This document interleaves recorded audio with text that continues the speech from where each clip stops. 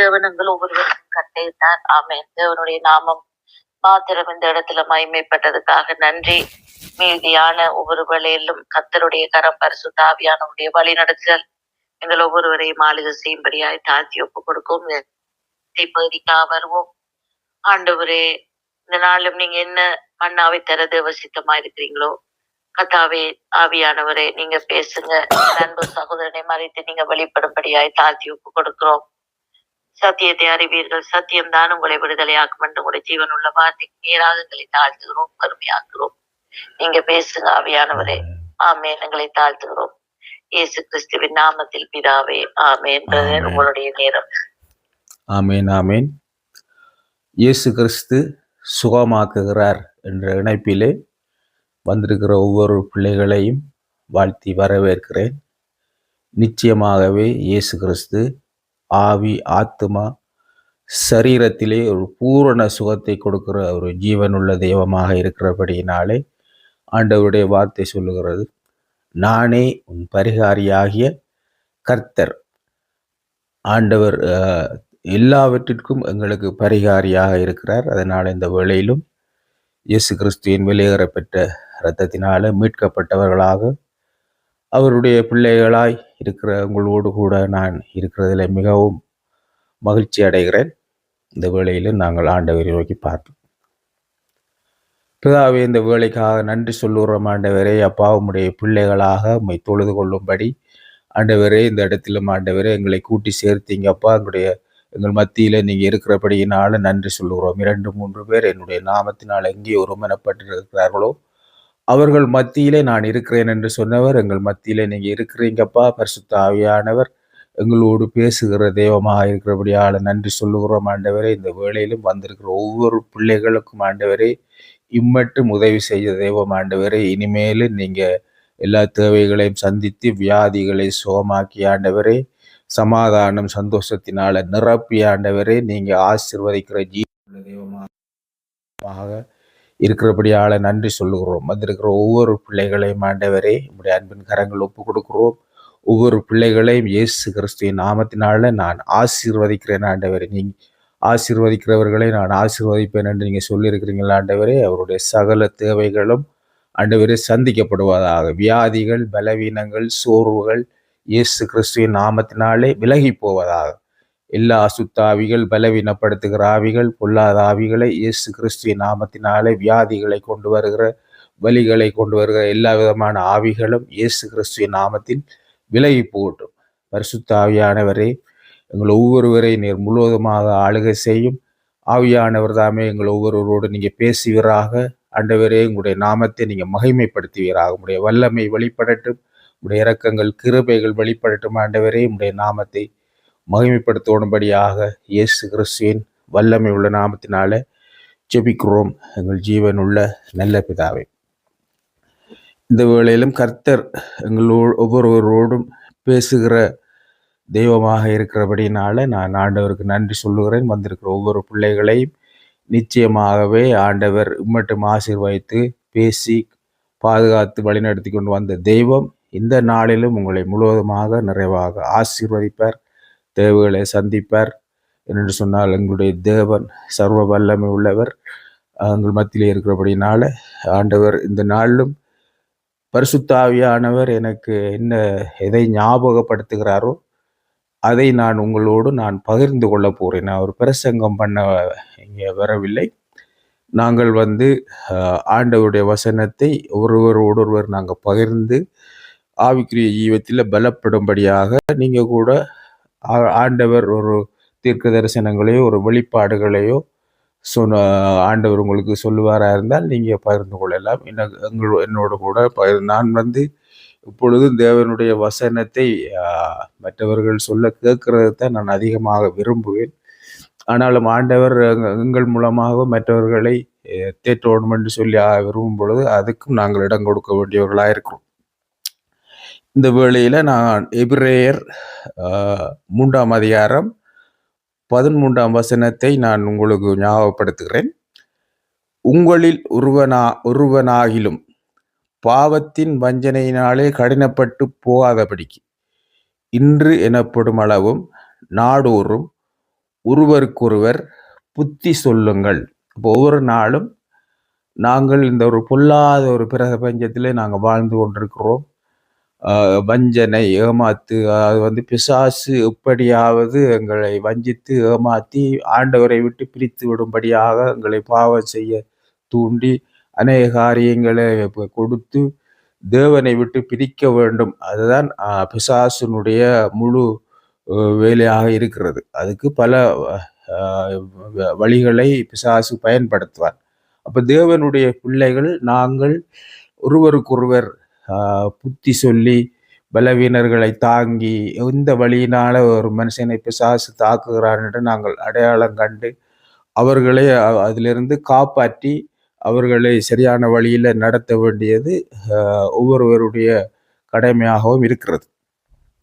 அதனாலதான் நீங்க பவுல் சொல்லுகிறார், நீங்க ஒருவருக்கொருவர் புத்தி சொல்ல வேணும் அப்படி என்று சொல்லி. அதனால் இந்த ஆண்டவர் இப்படி ஒரு எங்கள் மேல் அன்பு வச்சிருக்கிறபடினால எங்களுக்கு உதவி செய்யும்படி அநேகரை ஆண்டவர் எங்களுக்கு ஏற்படுத்தி தந்திருக்கிறார். நாங்கள் அதை சரியான முறையில் பயன்படுத்தி இந்த ஓட்டத்தை நாங்கள் வெற்றியோடு ஓடி முடிக்கிறதற்கு கர்த்தர் எங்களுக்கு உதவி செய்வாராக. இந்த வேளையில் நான் தியானித்த வசனம் என்னென்று சொன்னால், இந்த உலகத்திலே அநேகர் சத்தியம் நல்லாக தெரியும், ஆண்டவரை பற்றி நல்லாக அறிந்திருக்கிறார்கள்.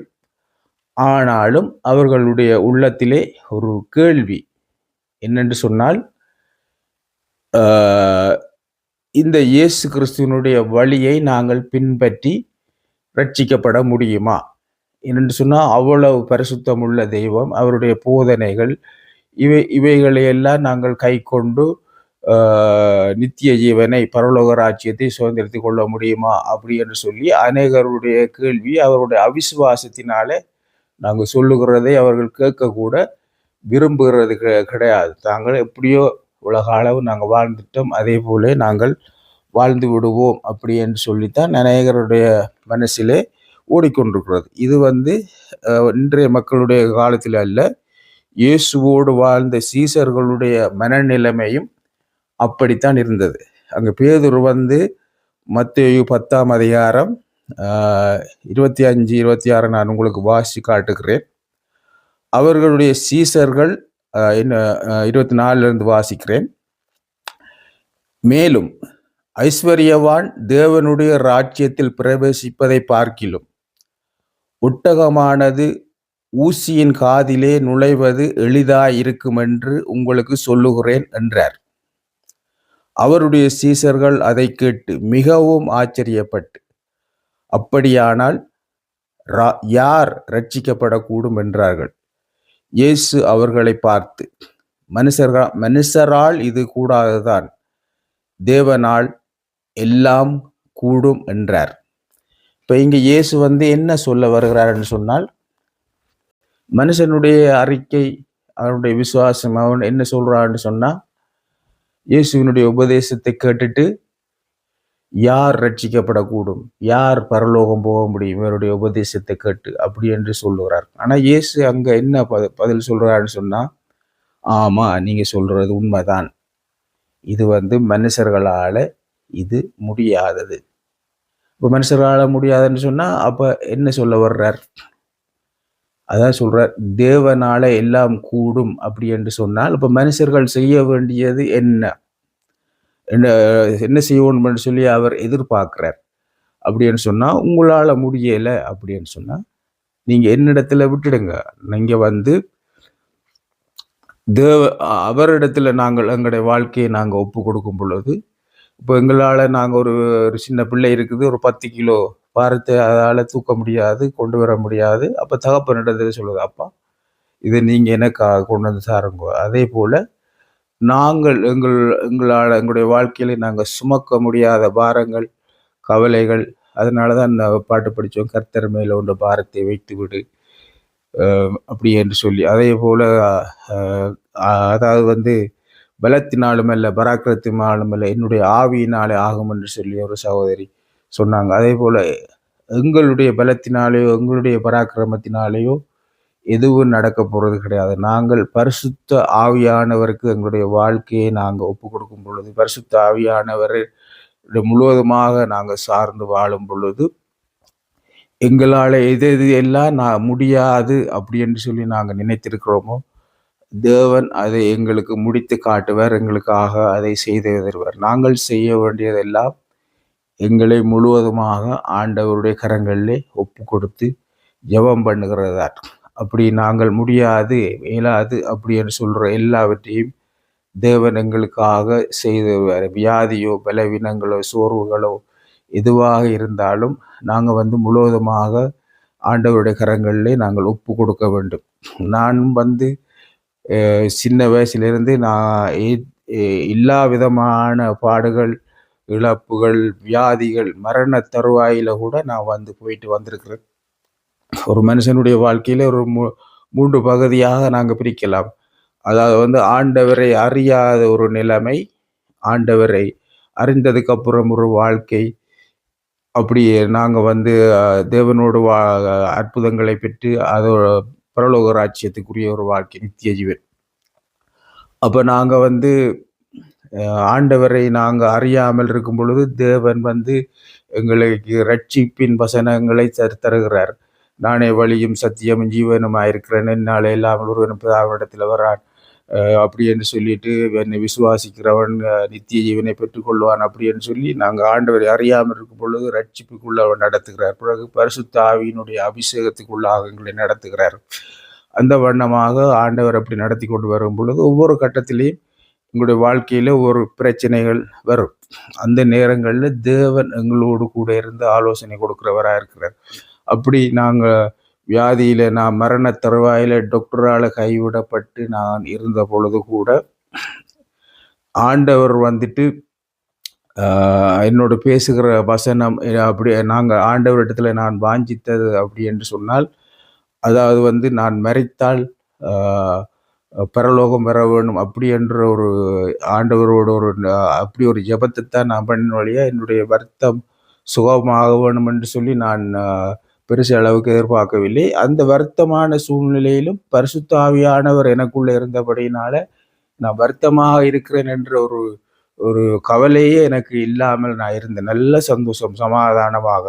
அதாவது இப்ப இனிமேல் என்ற பாடுகள், உபத்திரவங்கள், என்னுடைய 7 கிலோ நான் நார்மலாகவே 53 கிலோ, அதிலே 7 கிலோ குறைஞ்சு அப்படி எலும் தோளுமாக அப்படி மரண தருவாயிலே நானே இது முடிஞ்சுது அவ்வளவுதான் என்ற ஒரு நிலைமையில் இருக்கும் பொழுதும் என்னால் சந்தோஷமாக இருக்க முடிஞ்சது. ஆண்டவர் அந்த நிலைமையிலும் ஜீவனுள்ள தேவன் என்பதை ஆண்டவர் நிரூபித்து காட்டினார். அப்படி கர்த்தர் இன்றைக்கும் உயிரோடு இருக்கிறார், அற்புதங்களை செய்கிறார், தேவைகளை எல்லாம் சந்திக்கிறதற்கு அவர் வல்லமை உள்ளவராக இருக்கிறார்.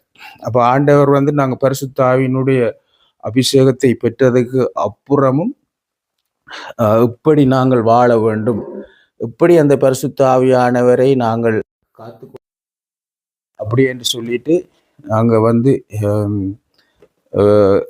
ஆண்டவருக்கு நாங்க பரிசுத்த ஆவியானவருக்கு எங்களுடைய வாழ்க்கை ஒப்பு கொடுத்துட்டோம். ஆண்டவர் எங்களோட வாழ்க்கையை நடத்தி கொண்டு இருக்கிறார்.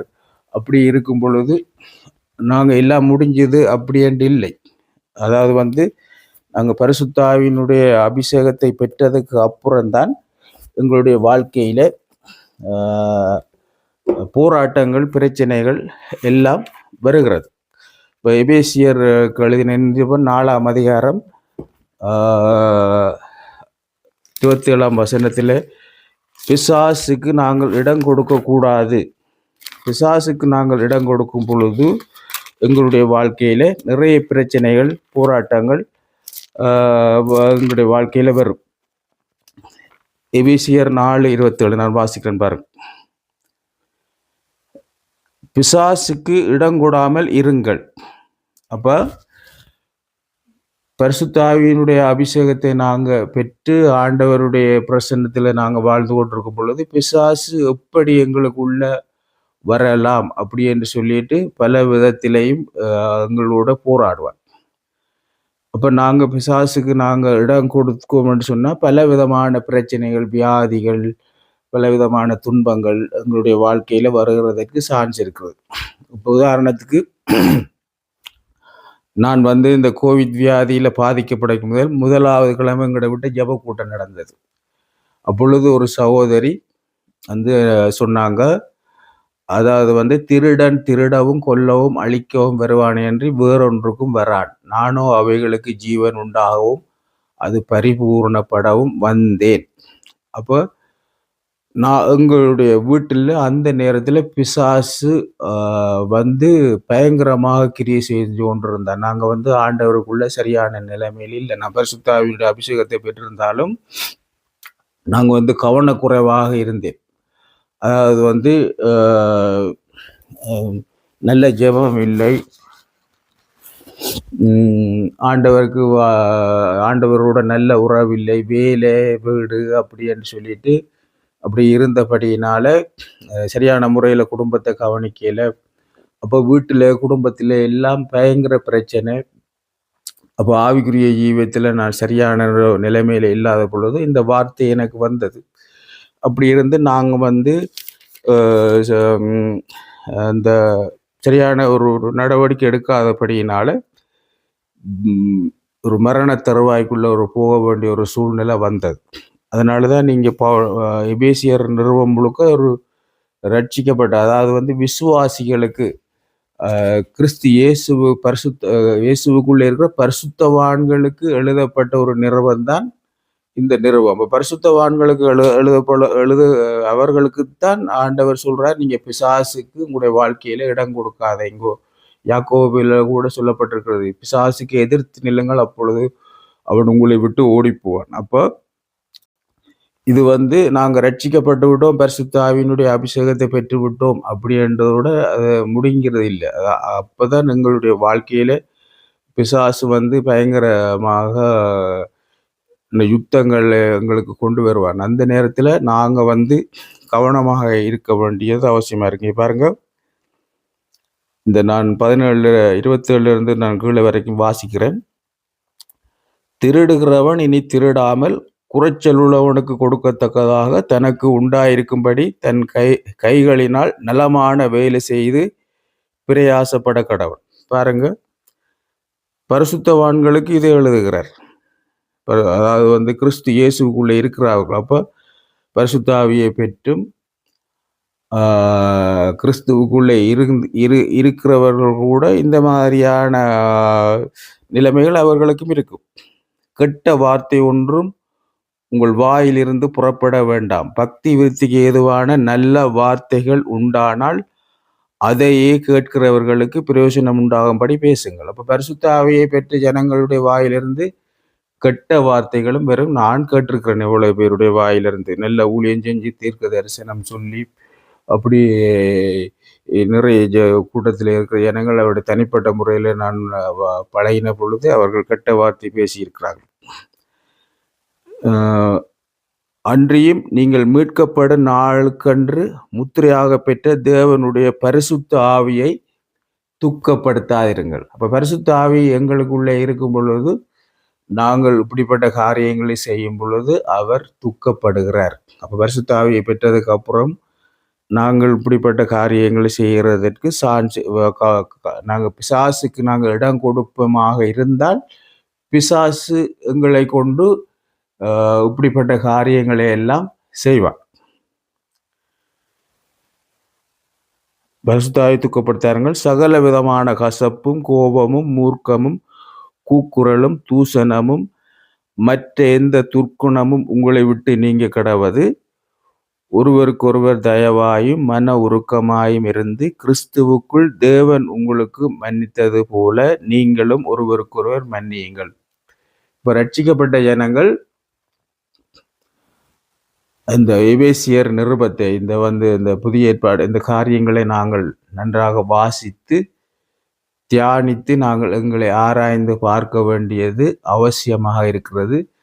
காரணம் என்னென்னு சொன்னால், இந்த வேதத்திலே எல்லாருக்கும் ஆலோசனைகள் கொடுக்கப்பட்டிருக்கிறது. எப்படி ரட்சிக்கப்பட வேண்டும், எப்படி ரட்சிப்பை காத்து கொள்ள வேண்டும், எப்படி வியாதிகளிலிருந்து சுகமாக வேண்டும், எப்படி நாங்கள் இருக்கிற நிலைமையிலிருந்து நாங்கள் வெளியே வாரத்துக்கு இந்த வேதம் எங்களுக்கு நல்ல ஆலோசனைகளை கொடுக்கிறது. அதனால இரவும் பகலும் கர்த்தருடைய வேதத்தில் தியானமாக இருக்கிற மனுஷன் பாக்கியவான். நான் எவ்வளவு பேருடைய சாட்சிகளை கேட்டிருக்கிறேன். இந்த வேதத்தை வாசித்து கொண்டிருக்கும் பொழுதே எவ்வளவு பேருடைய வியாதிகள் சுகமாயிருக்கிறது. அப்போ வந்துட்டு அந்த மன மகிழ்ச்சி நல்ல ஔஷதம். அதாவது இந்த வேதம் அதை சுகப்படுத்துகிற ஒரு தன்மை அதுக்கு இருக்குன்னு சொல்லி எவ்வளவு பேர் ஆராய்ச்சி பண்ணி கண்டுபிடிச்சிருக்கிறார்கள். அப்போ வேதத்தை வாசித்து நாங்கள் அந்த வசனங்களை பிடித்து அறிக்கை பண்ணி விசுவாசித்து நாங்கள் ஜெபம் பண்ணும் பொழுது பரிசுத்த ஆவியானவர் அந்த கிரியை செய்கிறவராக இருக்கிறார். அப்போ நாங்கள் தொடர்ச்சியாக நாங்கள் ஆண்டவரை தேடி வேதத்தை வாசித்து எங்களை நாங்கள் ஆராய்ந்து பார்த்து நாங்கள் எங்களுடைய வாழ்க்கையில் இருக்கிற காரியங்களை எங்களை விட்டு அகற்றி எங்களுக்குள்ள என்ன தீமையான காரியங்கள் இருக்குதோ, பிசாசுக்குரிய காரியங்கள் ஏதோவாக இருந்தாலும் அதை நாங்கள் ஆராய்ந்து பார்த்து நாங்கள் எங்களை விட்டு அகற்றி நாங்கள் தேவனை தேடும் பொழுது கர்த்தர் அற்புதங்களை செய்கிறவராக இருக்கிறார். என்னுடைய வாழ்க்கையிலையும் நாங்கள் 2020 இனிமேல் என்ற போராட்டம், பணப்பிரச்சனை, வேலை இல்லை, வியாதி எல்லாம் இருந்தது. நாங்கள் 2 பேரும் அந்த 3 மாதம் அந்த லாக்டவுனில் வேதத்தை எடுத்து வாசித்து எங்களுடைய பாவங்களை அறிக்கையிட்டு மனம் திரும்பி நாங்கள் காரியங்கள் செய்யும் பொழுது எனக்கு வேலை வந்தது, எல்லாமே திரும்ப ஆரோக்கியம் வந்தது, சமாதானம் வந்தது, சுகம் வந்தது, குடும்பத்தில் எல்லாம் பிரச்சனைகள் எல்லாம் தீர்ந்தது. இன்றைக்கு நாங்கள் நல்ல சந்தோஷமாக கர்த்தருக்குள்ள ஊழியம் செய்கிறோம். ஆனால் அன்றைக்கு அந்த நிலைமை இல்லை.